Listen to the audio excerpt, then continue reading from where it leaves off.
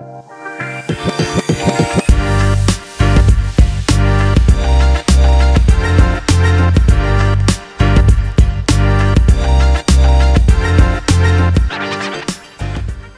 this is lesson 3.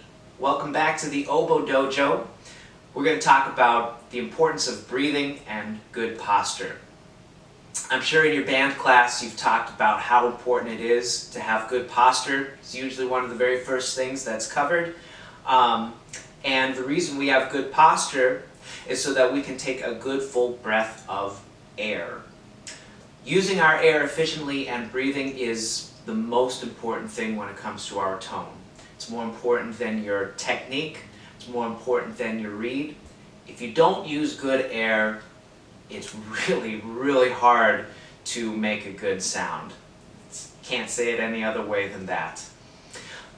A really interesting analogy for those of you who might have friends that play string instruments is that the air is kind of like the right hand of a string instrument playing. It doesn't matter how good your left hand technique is, if your right hand is not supporting and digging in, like our air is not supporting the rest of our tone, it really doesn't matter how in check and how developed the rest of your technique is. So, when we sit, we want to sit tall on our sit bones, take a full and low, relaxed breath of air through your mouth. Keep your shoulders down.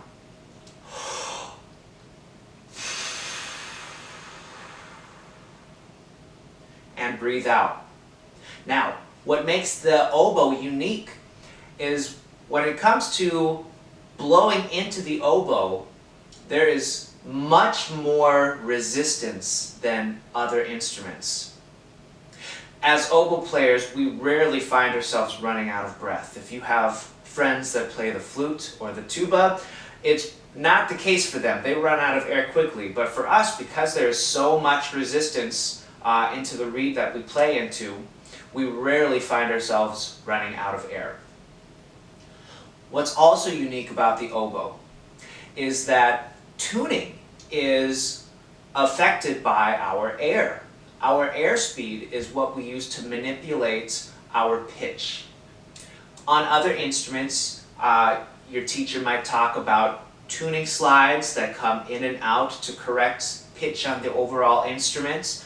Or if you're a former saxophone player, you know that moving your mouthpiece in and out of the cork can affect your pitch.